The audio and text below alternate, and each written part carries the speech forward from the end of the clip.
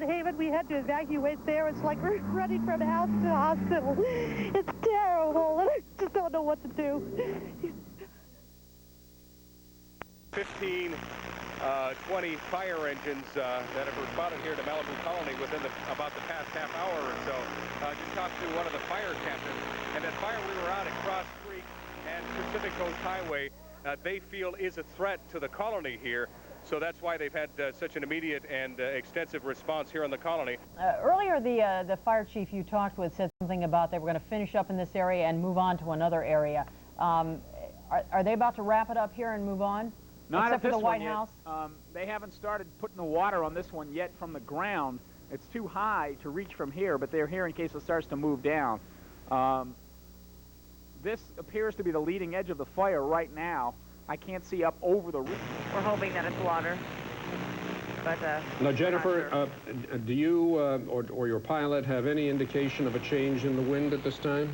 Actually, it looks to me that the winds are blowing more northwest than they have been all evening. But again, that's my estimate. But it looks to me as if they're blowing in a very northwesterly pattern away from this eastern pattern that the fire is trying to travel. When we were leaving Van Nuys, coming upon the northern end of the flames, we noticed that there were some homes that Steve was mentioning. He was just about to be over that area. We did see that some homes were about a block away from the top of that fire. Now, we did see also fire engines lining up along that surface street there. Again, it seemed to me, though, that the fire was traveling north, in a northerly direction as well as easterly direction. And that is where we saw some of those homes. Two of the firefighters were from Butte County. One of the firefighters was from Los Angeles County. We don't know which of the two firefighters suffered the serious burns and which firefighter suffered from only smoke inhalation.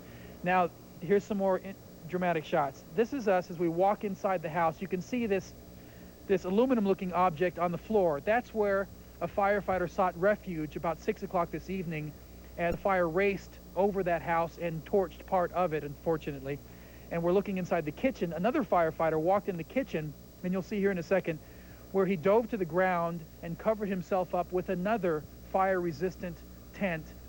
That firefighter is believed to be the one that suffered from smoke inhalation. The several firefighters outside suffered from burns. Again, the total firefighters that were injured in this mishap was 3. 2 of them suffering from serious burns, a third suffering from smoke inhalation. An incredibly dramatic fight they must have waged against the fire as it raced through this area about 6 o'clock this evening. That's when the winds were the fiercest. That's when this fire was leaping over ridge after ridge as the firefighters desperately fought to save the home. And the folks with CDF we talked to told us that they were extremely proud that their colleagues were able to save the home despite the burns that they sustained themselves, because there were several homes around that particular house that were burned to the ground. We have an awful lot to be grateful for. Area. I'm around Pepperdine University. We have had flames licking around Hughes Research, and the Malibu Lagoon is quite close, and the Civic Center has been threatened. But basically now it seems to be going a little bit to the east of me right now. But I had a real scare. I mean, you pack up the car and you sit and wait, and my heart is breaking. It's just my neighborhood. Didn't we just do this last week? Yeah, we did, yes. Cindy. Yeah. You know, you said you've talked with friends who have lost their homes. What are they doing right now? When did you last talk to them, and are they staying in hotels or? Yeah, anywhere they can go. Malibu, like our sister city, Laguna, is a very close-knit community. When tragedies like this, or earthquakes, or floods, or all the things we go through when we choose to live in an area like this, which is really ruled by Mother Nature, you decide to band together, and people have opened up their homes. I am watching students march down the street with backpacks on, literally no place to go, people taking them in. We have a lot of areas out here. I'm sure you all have been doing a great job on the news telling people where to go. Cindy, what's worrying me now, Pat, and you can help me out here. I hear that the Santa Ana fire is going to kick up around midnight, and these winds can just shift this thing right back up. Well, Carl Bell has been telling us that they are not expected to die down anyway. We've got a number of units out of the Zuma Beach area patrolling to lend assistance to support the fire department. we've been involved also in putting some of the fires out with them. Down on this end, which is on the south end of the fire, near the Sunset Topanga area, we're awaiting any assistance that the fire department needs down on this end. They may be moving their staging area to Will Rogers, but we're not sure of that at this time. Russ, from what you've been able to see out there, tell us what it's like along the coast there with the homes and the restaurants and so forth. How many have caught fire? Just what you've been able to see. Well, we've been keeping track basically on the news on your station as to really what's going on. From our vantage point, it's really spectacular here. We've been watching it all day today, and it looks like it's heading towards if things continue well and the wind doesn't give us continued problems. Okay, thank you very much. Appreciate you taking the time. So things here are looking much better than they were just a few hours ago, and some of those who were evacuated will be able to go home soon. Reporting live, Robert Vito, CNN, near Banning, California. Thank you, Bob. All eyes are now focused on the Malibu area, where the situation is not improving tonight. We're going to join live coverage from our Los Angeles affiliate, KTTV, once again, and find out the latest developments there. Kayakers. For the kayakers. I see. Okay, so the kayakers got in trouble and they had to be rescued. Right. Okay, now what about the report of 2 women and 2 dogs off the pier? Anything on that? The information that I have at this time was that the 2 people and the dogs were rescued and taken to the evacuation station. The information I received, I couldn't confirm that they were from the pier, but I believe that those were the ones that were taken to the evacuation station with the lifeguard rescue trucks. Russ, I believe I heard you mention earlier that you were involved in helping put out some of the fires anyway in some of these houses. Did you ever think a lifeguard would be called in to perform such a duty? Oh, sure. You know, we work directly with the fire department, both the city and the county, as well as the sheriff and LAPD, on a number of multi-agency response systems. We were also involved in the evacuation of some of the victims in the fire that hit Malibu in the Paradise Cove, Point Doom area a number of years ago. So it's not foreign to us to be helping the guys out, and so we're always ready to help them. You train and you're prepared for this this possibility as well. Absolutely. All right. Okay, Russ Walker, LA County lifeguard, pulling yeoman duty along with all kinds of agencies out on the fire lines tonight, trying to get a handle on this fire. Ross Burnson, if you can hear me, I know that one of the, it's not a problem, but it's a fact of life, if you will, of television. You are seeing live coverage from CNN affiliate KTTV in Los Angeles, showing us pictures from the air above Malibu, where another wildfire is raging through Southern California. We'll return with more of our live coverage right after this break. And the Senate votes on whether to subpoena Senator Packwood's diaries.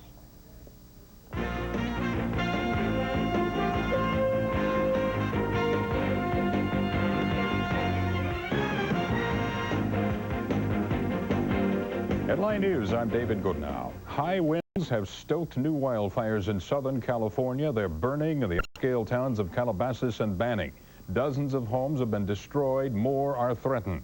6 people have been severely burned and 3 firefighters have been injured. The rejuvenated flames have blackened 15,000 acres. Thousands of people have fled the area. A Coast Guard cutter has moved off the Malibu shore to help with coastal evacuations if those are needed. Ann McDermott has more. In the hills above Malibu, firefighters furiously battled the flames as burning brush threatened the scattered homes there. Some residents fled, as did wildlife, but others chose to stay and fight. And sometimes it worked, sometimes it didn't.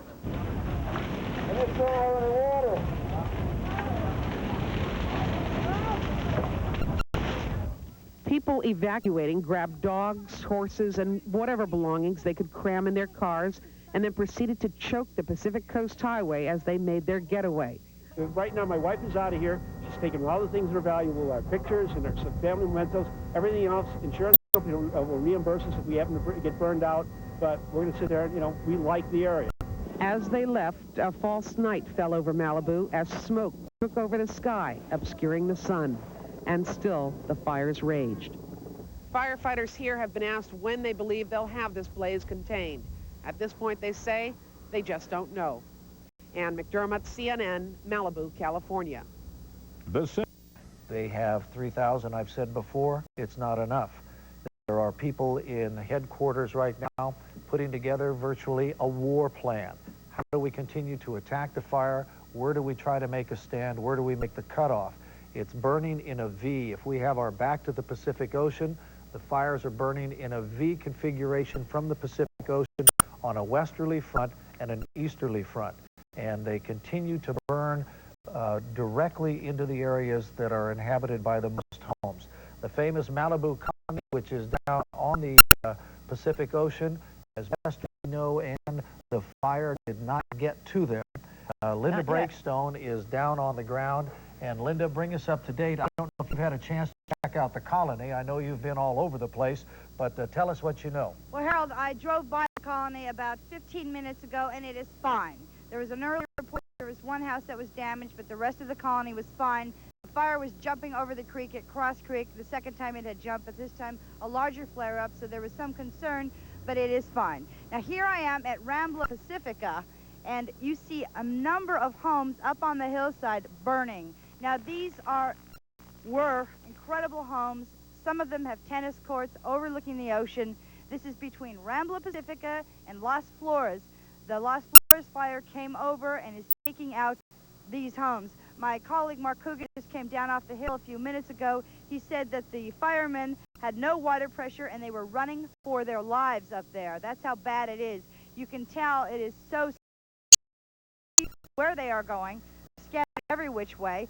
And right now, this is the worst of it here along the coast. We are literally on Pacific Coast Highway. I can see the surf to my right, and to the left, you have all of these once magnificent homes on fire. That's what we have here. Again, Malibu Colony is fine. Sierra Retreat, the area we were at earlier, another place with huge homes, that is fine right now. Sierra Retreat's fine. The only other hot spot in Malibu that we know of came through, Malibu Canyon is still hot. And they're a little concerned that the Malibu Canyon blaze, if the wind shifts, could go up and around Pepperdine. There's a concern there. We were just up there. There are fire spotters all up in the hillside there trying to make sure, you know, putting the alert out if indeed they see any sign of flame. So right now, Malibu Canyon's still hot. They're watching it carefully. Sierra Retreat's okay. Malibu Colony is okay. And the bad part here, Rambla Pacifica, between Rambla Pacifica and Las Flores, the hillside, once magnificent homes are all on fire. They're spotted. There are, frankly, a lot of homes up here that go way back into the canyon. We have no way of telling. We've been asking authorities how many are on fire. They cannot tell us. From here, I can see 1, 2, 3, 4, 5, 7 homes just from this vantage point. And of course, there's a fire line coming down in the middle of the canyon there. So that's what we got here. Our latest count was 125. That was official of homes that had burned so far today, Linda. So is that that's from all over the Southland? No, that's from just Malibu. Just Malibu. That's the Malibu fire. And we figure that's probably small. We're looking at a live picture right now of looks like at least one home, possibly two, that are just burning like torches. You know, it's 10 minutes past the hour on November 2nd, and generally our story at this hour would be that the polls have closed. But according to the governor's office out of Sacramento, because it is election day, the polls will remain open until 10 o'clock tonight.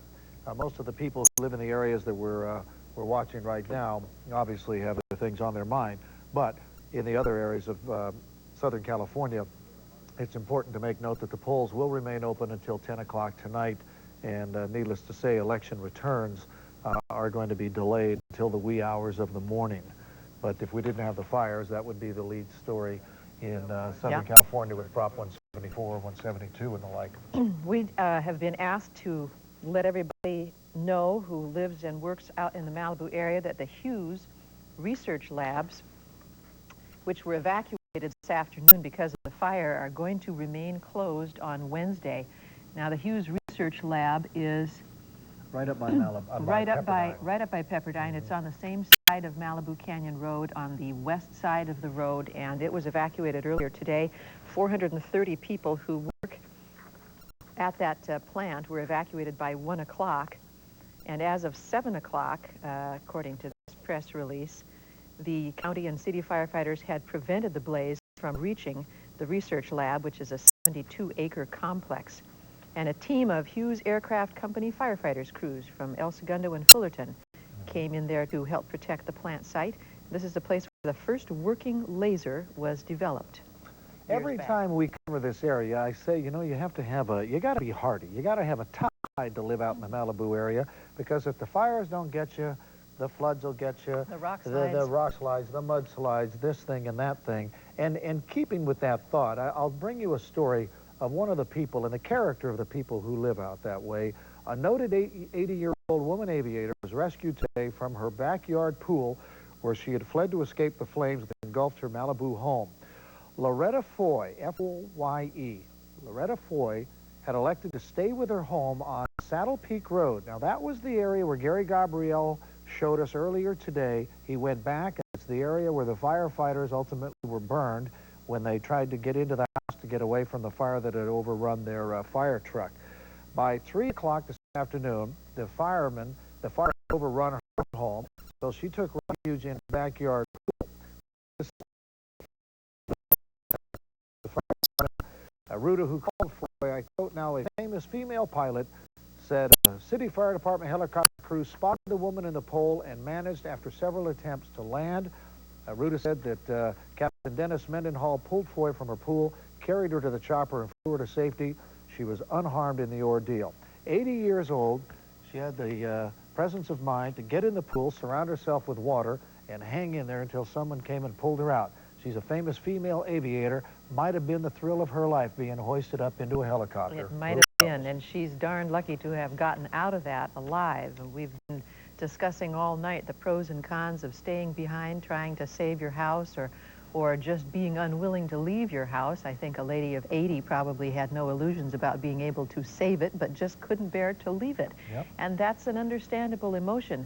But we've seen a couple of graphic examples of people who have suffered because they tried to go back or because they wouldn't leave. This has been a mean fire. It has swept around and come back and engulfed more than one person as we've watched it burn today. And as it still continues to burn tonight. Every once in a while, Harold, I have to pinch myself and remember that that's a live picture we're looking at, because as the hours go by, it's hard to believe that it can continue and continue and continue. 400 tons of fuel per acre has been the estimate on these hillsides of what kind of fuel is being added to these fires. And ironically, the same kind of plant that can survive in Southern California's droughts and heat are these plants that have a surface of oil on their leaves, and that protects them from losing moisture when we get our hot, dry weather. It also makes them burn like a torch.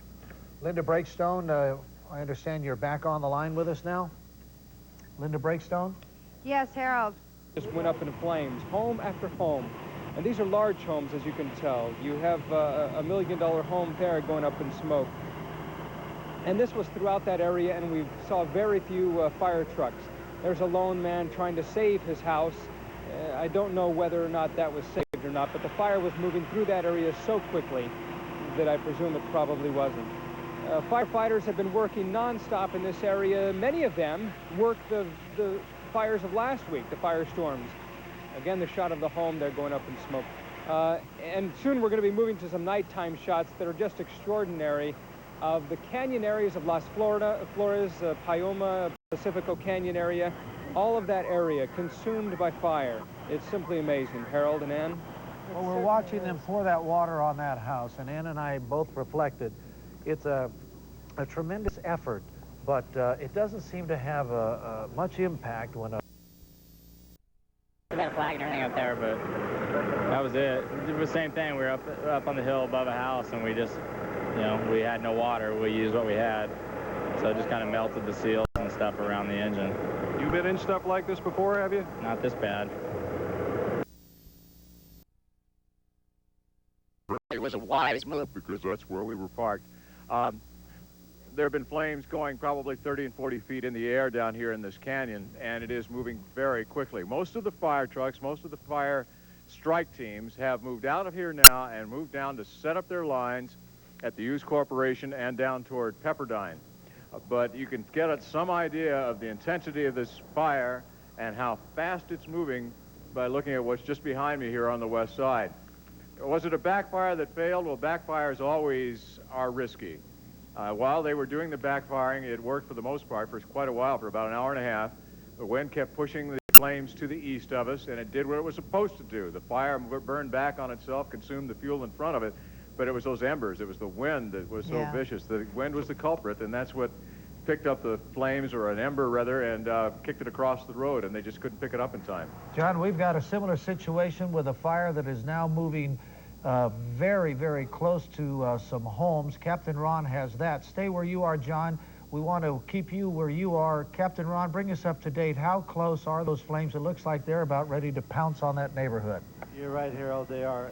They're very, very close. In fact, when we were looking in, I couldn't see it from the helicopter, but apparently from the picture that we had when we were able to zoom in with this tremendous camera, we were able to see one structure that was burning.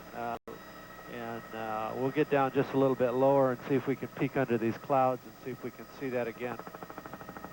So right now we don't have a confirmation that the house has burned, but as Annie's just pointing out, it's right across the street. Yes, just across the street. Okay, we've got the fire units lined up there. Art Rascone, I understand you're still online at the other location. It looks rather precarious, my friend, but it's your call. What can you tell us? Harold, we've moved in a little safer location. We're on this side of the windstorm so that the wind is blowing that way away from us. The fire, this is Hughes right here where I'm on the lot here. The fire is moving beyond it as well, but any building that stands in its way is in danger of being burned. The fire is moving that direction towards Pepperdine, and this fire is just moving tremendously fast. We have gusts of winds at least 40 to 50 miles an hour. They're blowing the ashes around you like a snowstorm. So the fire has sort of passed to the north of Hughes? Well, in certain areas it has. Still, the Hughes facility, the main facility, stands in danger. Okay. Yeah, well, there's a lot of fuel all around those hills, if I remember. And the U.S. Senate takes a stand on Senator Bob Packwood's diaries.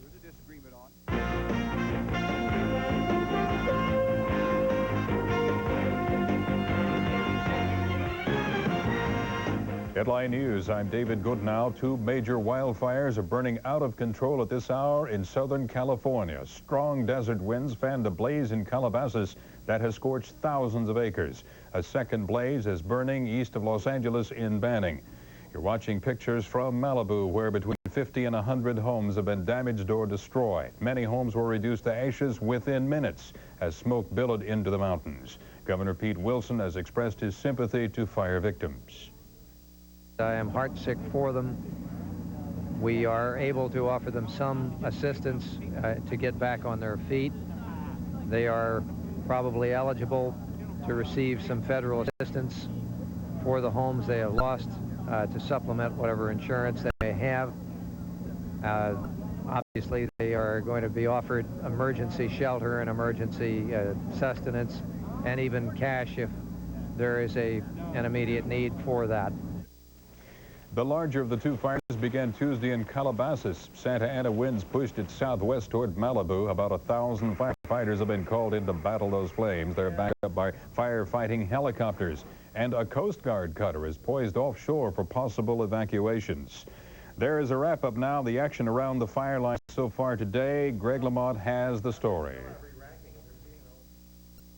Grabbing pets and any other belongings they could carry, thousands of frantic homeowners rammed from the fast-moving fire in the Santa Monica Mountains. The blaze, whipped by gusting 50-mile-per-hour Santa Ana winds, started shortly before noon Pacific time, and within an hour had turned some homes into ashes and threatened hundreds more. Civilians were injured, some critically.